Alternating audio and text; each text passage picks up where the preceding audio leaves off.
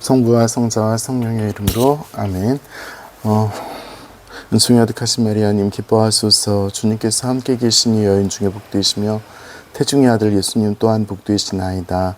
천주의 성모 마리아님 이제와 저희 죽을 때 저희 죄인을 위하여 빌어주소서. 아멘. 성부와 성자와 성령의 이름으로 아멘. 네, 좋은 금요일입니다. 오늘 제가 이번 주간 강의가 비대면이기 때문에 동영상으로 말씀을 드리려고 해요. 그리고 대면이 되었을 때 굉장히 중요한 강의를 한다고 말씀을 드렸습니다. 그래서 우리가 대면 시간에 잘 듣기로 하고요. 원래 교재 순서대로 하면은 217쪽에 있는 267항 217쪽에 267항 새로운 사태의 예언적 가치 이 부분을 해야 되는데요. 새로운 사태의 예언적 가치와 함께 우리가 알아야 될 게 더욱 중요한 것은 우리의 사회교리에서 나왔던 그 교황님들의 회칙이 굉장히 중요해요. 이것을 대면 시간에 이야기하도록 그렇게 하겠습니다. 그래서 거기는 건너뛰고 노동의 존엄성이라고 이야기하는 부분에서 이야기를 할 텐데요. 이 부분은 219쪽에 있어요. 219쪽에 있고 그리고 270항부터 시작을 합니다. 이 부분은 어떻게 보면은 우리 노동에 대한 우리 교회의 시각을 이야기하는 부분이기 때문에 약간은 현실적이면서도 약간은 철학적이에요. 그러면서 굉장히 사회와 교회가 가지고 있는 노동의 관점에 대한 차이를 이야기하는 부분이기 때문에 우리가 조금은 머리를 써가면서 들어야 되는 그런 부분입니다. 네, 죄송하고요. 자, 이 부분은 우리가 천천히 책을 읽어가면서 할 수밖에 없어요. 왜냐하면 생소한 단어들이 많이 있기 때문에 제가 말로 후룩 해서 될 일이 아닌 것 같아요. 자, 270항 보세요. 네. 인간의 노동은 객관적 의미와 주관적 의미를 지닌다 라고 이야기합니다. 자, 우리 이 부분을 그냥 제가 설명을 하겠습니다. 먼저 노동이 뭐예요? 나에게 노동이 뭐예요? 나는 이 일을 통해서 가장 근본적인 것은 생계를 유지를 하죠. 먹고 살 것을 얻어냅니다. 그런가 하면 이 노동은 나에게 힘이 들어요. 나에게 육신의 고통과 정신적인 고통을 요구하는 굉장히 힘든 그런 작업입니다. 그런데 이 노동을 통해서 나는 단순히 생계만 유지할 뿐만이 아니라 힘든 작업을 해냄으로써 내가 가지고 있는 능력을 또 발휘를 할 수도 있어요. 물론 불행하게도 우리가 가지고 있는 능력을 자기가 좋아하는 것만 할 수는 없죠. 그러면서 직장을 선택을 할 때도 현실적인 차원에서 직장을 선택할 수밖에 없는 경우도 많이 있습니다. 내가 정말 노래를 잘하고 노래를 하고 싶은데 우리나라의 성악가가 예를 들었어요. 설 자리가 그렇게 많지가 않죠. 또 내가 정말 운동을 잘하는데 그 운동을 가지고 먹고 살기가 너무 힘듭니다. 그러다 보면 내가 좋아하는 것을 할 수 있는 것이 아니죠. 그러다 보니까 내가 가진 능력을 다 이렇게 표현하면서 살아갈 수 있는 구조가 아니에요. 어쨌든 간에 나에게 노동이라는 것은 정말 그 나를 표현하고 어떤 가족을 생계를 유지하고 그러면 정말 좋겠다는 그런 의미가 있는가 하면 노동이라는 것은 또 무엇이냐면 노동의 가치는 객관적인 의미가 있어요. 객관적인 의미는 뭐냐면은 노동은 한 사람만 하는 게 아니라 모든 사람들이 다 해요. 그 모든 사람들이 다 하는 노동이 가지는 총체적인 의미가 있어요. 거기에는 노동도 결합되어 있지만 자본도 결합되어 있고 그 나라 환경도 결합되어 있고 경제적인 시스템도 결합이 되어 있고 그런가 하면 사람들의 어떤 능력도 이렇게 포함이 돼서 결합이 되어 있는 거죠. 아무리 자원광산이 많다 하더라도 자본이 없으면 캐낼 수가 없잖아요. 그렇다면 예를 들어서 외자를 도입할 수밖에 없는 그런 이유도 있고요. 기술도 도입을 해야 됩니다. 예를 들어서. 그래서 그 노동은 이렇게 나의 개인적인 차원과 함께 노동이라는 것이 가지고 있는 주변의 모든 변수들까지 포함한 그런 의미가 있습니다. 이것이 노동의 주관적 의미와 객관적 의미예요. 제가 읽을게요. 객관적 의미에서 노동은 인간이 창세기에서 말하듯 땅을 다스리고 무엇인가를 만들어내는 데 사용되는 활동, 자원, 도구, 기술의 총체다. 네. 그런가 하면 주관적으로 노동은 노동 과정의 일부이며 자신의 개인적 소명에 부합하는 다양한 활동을 수행할 수 있는 역동적 존재인 개인의 활동이다 라고 이야기합니다. 그래서 노동은 개인적인 차원이 있는가 하면 어떤 객관적인 차원도 있다. 객관적인 차원을 좀 더 다르게 얘기하면 공동체 차원이라고 얘기해도 좋은데, 공동체라는 말을 함부로 쓰면 안 되니까 객관적인 차원이라고 얘기하고 또 주관적인 차원이라고 이야기합니다. 220쪽 보세요. 객관적 의미의 노동은 인간 활동의 부수적인 측면을 이루며 기술과 문화, 사회 정치적 환경의 변화에 따라 끊임없이 그 표현이 달라진다 라고 이야기를 했어요. 자, 노동한다. 내가 개인적으로 노동한다는 똑같아요. 그 사람이 어떤 능력을 가졌건 뭐가 됐건 간에 내가 노동을 해서 나를 구현하고 가정을 부양하고 뭐 이런 것들은 똑같아요. 달라지지 않아요. 그리고 힘들고. 하지만 내가 가지고 있는 이 노동이 시대마다 달라요. 옛날에는 우리 손으로 하는 작업들이 되게 많았지만 지금 다 기계로 하고 버튼으로 누르고 그렇게 되잖아요. 그런가 하면 옛날에는 이런 것들이 필요했는데 지금은 다른 것들이 필요할 수가 있고요. 그런 모든 것들이 변수에 의해서 이게 변화가 되게 되는 거죠. 그렇기 때문에 이런 어떤 그 주관적인 나 개인적인 차원에서의 노동은 변하지 않지만 객관적인 차원에서의 변수들은 변해요. 이것이 같이 조합이 되면서 우리 시대를 살아가고 있는 거죠. 네, 220쪽 그 270항에 밑에서 네 번째 줄부터 제가 읽을게요.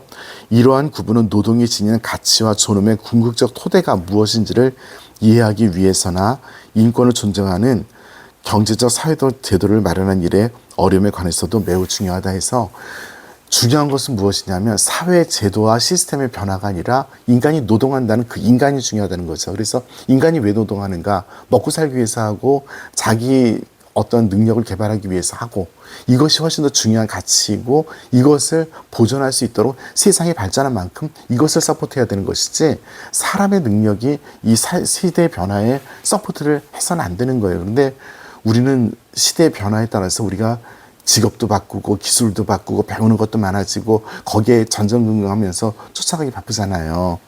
그런데 우리 교회는 당연히 발전시켜야 되지만 발전시키는 중심에는 인간의 노동이라는 고유한 가치가 있어야 된다. 인간의 노동이 정말 존중받는 그런 차원에서 이런 변수들이 발전되어야 된다지, 이런 변수들이 발전됨으로써 인간의 노동이 폄하되는 그런 일이 있으면 안 되겠다라는 거죠. 우리 잘 알고 있듯이 그 대기업 그 배달 회사들이 많이 있죠. 많은 그 기업에서 그 배달, 우리 물류 사업이 워낙 잘 되니까, 특별히 코로나 시대에 그랬죠. 그랬을 때 하루에 몇 시간씩 일하고 사람이 죽잖아요.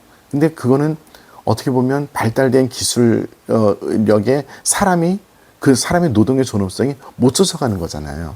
이런 일이 있으면 안 되겠다라고 하는 것입니다. 자, 271항. 이러한 주관성, 즉 인간의 존엄성과 관련된 인간의 노동이라는 객관적이고, 그러니까 주관적이고 개인적인 차원은 노동에 특별한 존엄성을 부여하며 노동을 단순한 상품이나 비인격적인 생산 도구로 간주할 수 없게 한다.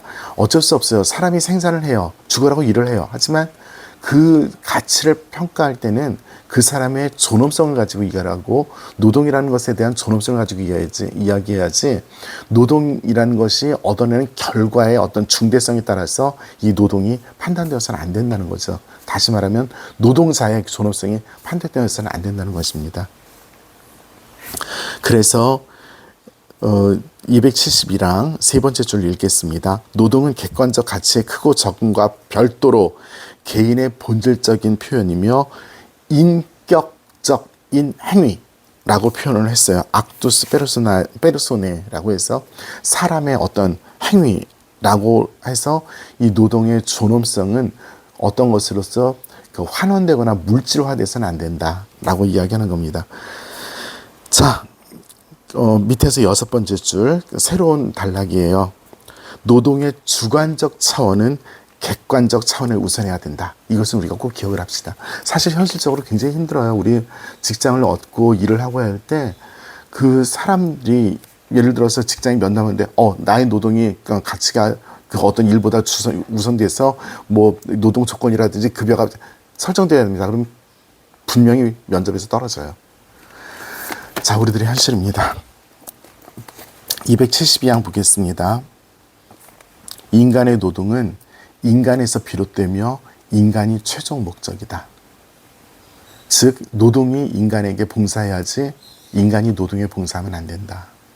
산업의 발전, 기업의 발전, 기술의 발전, 과학의 발전, 뭐 우리나라 뭐 IT 강국이죠. 요즘 뭐 너무너무 뭐 발전돼 있어서 저는 챗 로봇 GPT인가 깜짝깜짝 놀래요. 그렇게까지 우리가 만들어냈어요. 뭐 그런가 하면 얼마 전에는 중국 사람들이 달의 뒷면을 이렇게 찍었는데 뭐 안면과 다르고 무엇과 비슷하고 좋습니다. 다 좋은데 그럼에도 불구하고 사람이 우선이고요. 노동하는 사람이 우선이고요. 그래서 노동이 우선이고요. 그래서 노동이 어떤 객관적인 상황들보다 우선입니다. 자, 274강 여기까지가 이제 주관적 차원, 객관적 차원이고요. 274강 인간의 노동은 또한 고유한 사회적 차원을 갖는다. 사회적 차원은 뭐냐면 정의의 실현이라고 먼저 이야기를 드릴게요. 정의의 실현. 노동은 교환이라는 것을 해요. 누가 뭘 생산하면 그걸 가지고 끝까지 사는 것이 아니라 다른 사람을 먹고 살게 하는 게 있죠. 그러려면 내가 지금 기계를 생산했는데 기계를 못 먹으니까 쌀을 사야 되잖아요. 그러면 이런 어떤 교환이 이루어져야 되는 거죠. 바로 시장이라는 것이 생겨나게 됩니다. 이 시장이라는 것은 어떤 지식, 그 다음에 지식, 아는 것, 자본, 노동 이런 것들이 합쳐져 가지고 그 유통이 되는 그 장이 시장인 거예요. 그래서 이 시장은 굉장히 중요한데 이 시장이 바로 어떻게 보면 우리들의 사회적인 그 차원, 노동의 사회적인 차원을 대변하는 것이라고 이야기할 수 있어요. 우리나라는 시장 자본주의를 채택한 나라입니다. 법적으로 그렇습니다. 그래서 자본시장법, 시장자본법, 하여튼 자본시장법이 있어요. 그래서 자본주의적인 시장 운영을 하나의 법 제도화로 해서 보호하려고 하고 발전시키려고 노력을 합니다. 그런데 문제는 거기서 잘못하면은 시장이 사람을 지배하는 경우가 생길 수 있게 되기 때문에 그렇죠. 특별히 엄청나게 많은 자본이 투여되어서 어떤 시장을 농락하는 경우들, 예를 들어서 주가를 조작한다든지, 뭐 지금 난리죠, 대한민국. 주가 뭐 개미들 아무리 열심히 뛰어봤자 몇 사람이 그냥 큰 손이 왔다 갔다 하면 뭐 꼼짝 못 합니다. 이런 어떤 자본의 문제, 또 어떤 독과점의 문제, 그렇죠? 독과점이 가능하죠, 대한민국에서는. 그리고 어떤 사람들이 시장에 때를 맞춰가지고 물건을 푸는 경우들이 다르죠. 그래서 일부러 가격이 오를 때는 기다렸다가 푼다든지. 근데 예를 들어서 이런 것들이 예를 들어서 어떤 먹고 사는 물건을 가지고 장난을 치면 끊임없이 복잡해지는 거죠. 쌀값이 막 올라가고 이러면 우리 못 살잖아요. 예를 들어서.